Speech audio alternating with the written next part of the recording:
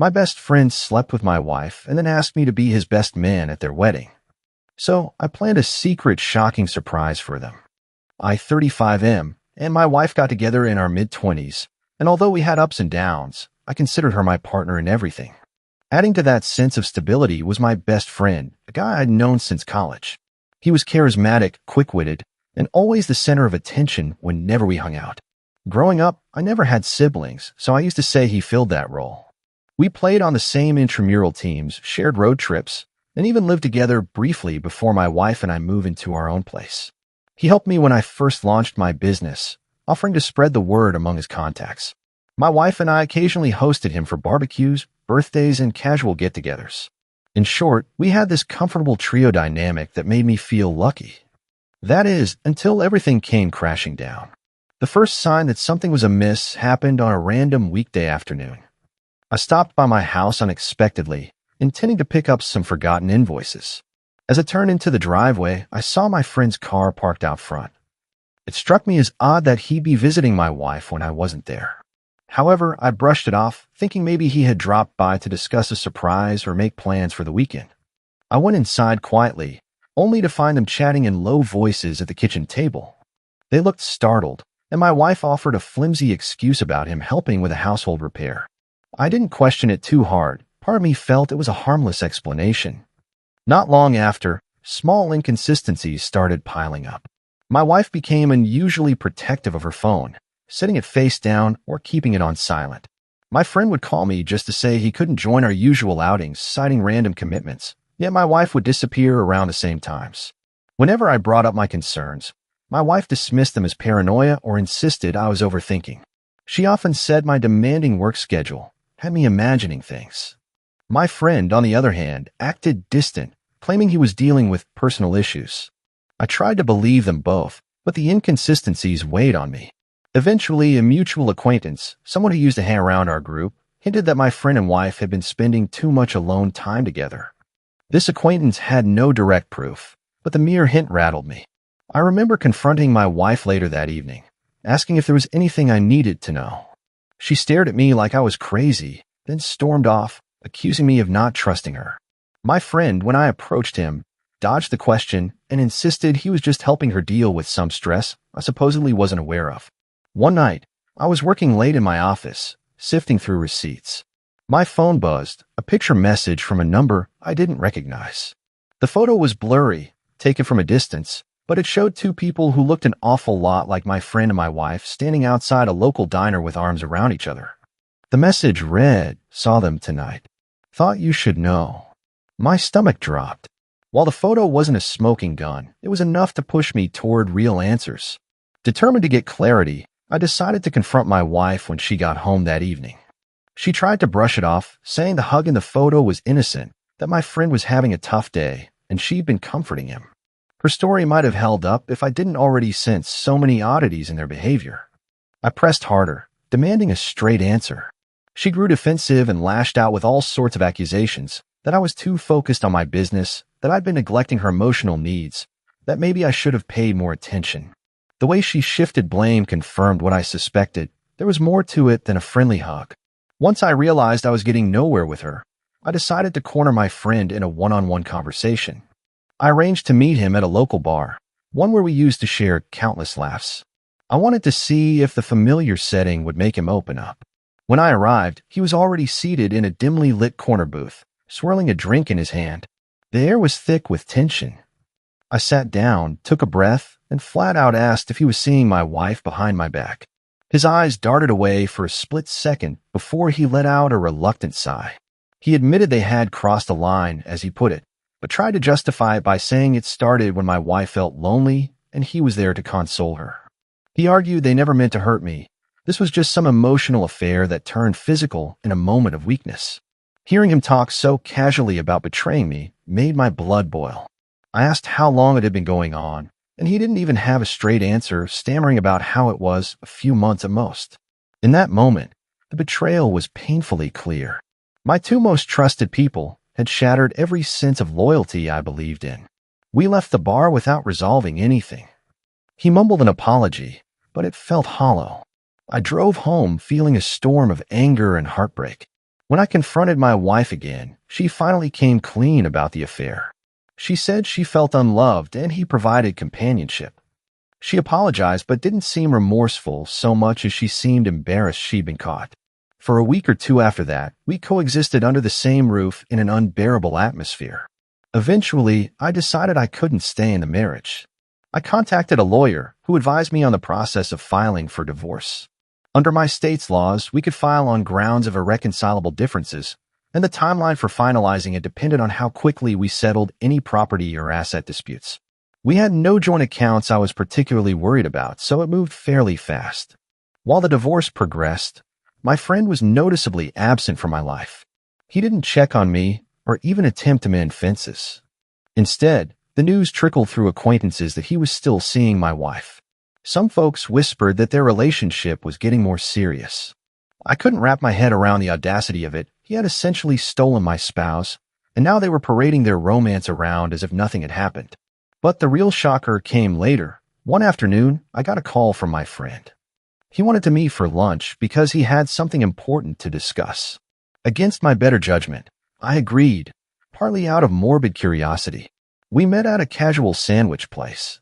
As soon as I sat down, he launched into an overly chipper explanation of how he planned to marry my ex-wife the moment our divorce was finalized.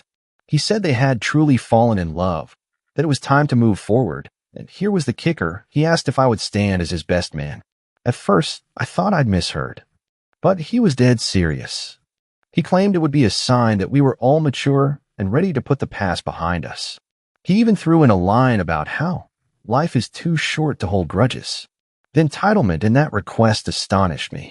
It was like he expected me to bless their union after they'd stomped all over my trust. I sat there in stunned silence, trying to decide how to respond. On one hand, my instinct was to rage at him for even suggesting such a thing. On the other, I realized he was giving me a prime opportunity to gain a measure of payback. Not that I advocate petty revenge in everyday life, but the disregard he showed me pushed me to a point where I wanted them to experience the consequences of their actions. So I swallowed my anger, forced a calm smile, and said I'd consider it. He left, looking relieved, probably assuming I was going to let bygones be bygones. As I headed back home, a plan began forming in my head. I wasn't entirely sure how far I'd go, but I knew I wanted something that would shatter the facade they were spinning. Over the next few days, I did a lot of thinking about how to pull it off. I didn't want to do anything illegal or reckless, just something that would reveal the truth in a very public way. They'd humiliated me openly, so I intended to return the favor. First, I confirmed the details. My ex-wife was bragging to people that, as soon as the paperwork cleared, she and my friend would have a simple ceremony in a local event hall. Invitations would be limited to close friends and immediate family. I caught wind that my old friend was planning to do some heartfelt speech about how their love overcame adversity. The gall of it all made me shake my head. I decided to accept his invitation to be best man, but secretly I prepared my own special addition to the ceremony program. I collected a few digital artifacts, screenshots of messages, pictures, and even recordings from the time I confronted both of them. Nothing that would incriminate me, just enough to paint a clear picture of what really happened. I wanted to show the guests, who might be blissfully unaware, exactly how this romance began. Next, I arranged the tech-savvy buddy to help me present these materials in a coherent slideshow. The idea was to time it perfectly during the wedding speech portion. While I prepped, I got calls from my ex-wife, who apparently still had some weird notion that I'd come to terms with everything. She tried to make small talk about how we could all remain friends after the wedding. The audacity made me push ahead with my plan. It dawned on me that they really believed they could just rewrite history so that everyone forgot the way they betrayed me. Finally, the day of the wedding arrived. By some twisted stroke of fate, our divorce had just been finalized the week before, so their union was set.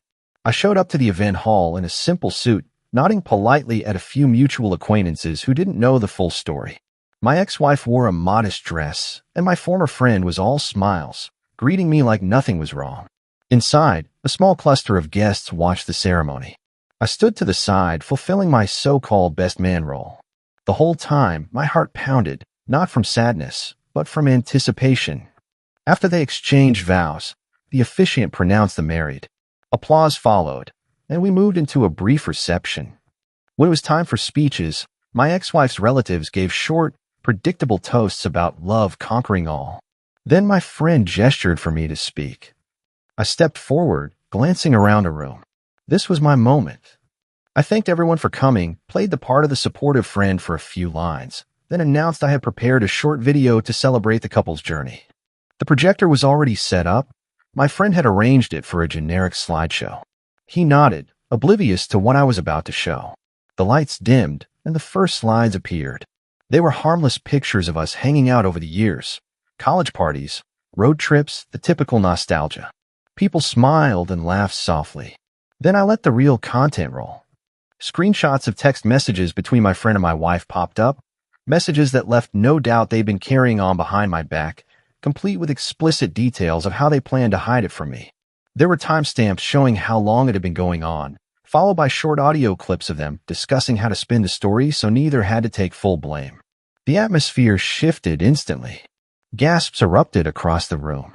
Some people covered their mouths in shock, while others glanced around, unsure of how to react. My ex-wife jumped up, shouting for someone to stop the video. My friend rushed over to the equipment, fumbling to shut it down, but my buddy had locked the presentation so it couldn't be interrupted easily. The entire place was in chaos, questions flying, shocked family members demanding answers. Meanwhile, I stood by, letting the truth sink in. I didn't have to say much.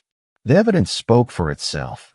When the slideshow finally ended, I told the audience, that's how this relationship actually started. This is how they treated me, someone they claimed to care about. Then I calmly walked off to the side, letting them deal with the fallout. My ex-wife tried to regain control, claiming I was being vindictive and that we should respect their newfound happiness. My friend, on the other hand, demanded to know why I couldn't just let him move on. Their entitlement was on full display. Neither took responsibility for the betrayal. Instead, they acted offended that I revealed it so publicly. Guests left in a wave of confusion, some shaking their heads in disgust. A few relatives approached me to say they were sorry for what I'd gone through. I thanked them politely and left the hall before the newlyweds could hurl more accusations my way. As I walked out, I saw their furious faces. They realized they weren't going to walk away from this unscathed. In the aftermath, both of them tried to spin the story, but the damage was done. Word spread quickly in our social circles. Suddenly, they weren't the star-crossed lovers who overcame adversity. They were the pair who destroyed a marriage and expected me to celebrate it. I won't pretend the situation didn't leave scars, but exposing their lies felt like a genuine release of all the hurt I carried. It didn't fix everything, but it offered closure on my own terms. I'm not proud that I resorted to such a grand spectacle, but I stand by my choice to show people the truth. Sometimes, justice feels messy, and it rarely heals the deeper wounds. However, I can say I've moved on with a clear conscience, knowing I refuse to let them rewrite the story. People deserve to see behind the curtain when betrayal is disguised as romance. If nothing else, that day taught me a tough lesson about who's worthy of trust and how quickly a so-called friend can become the worst kind of enemy.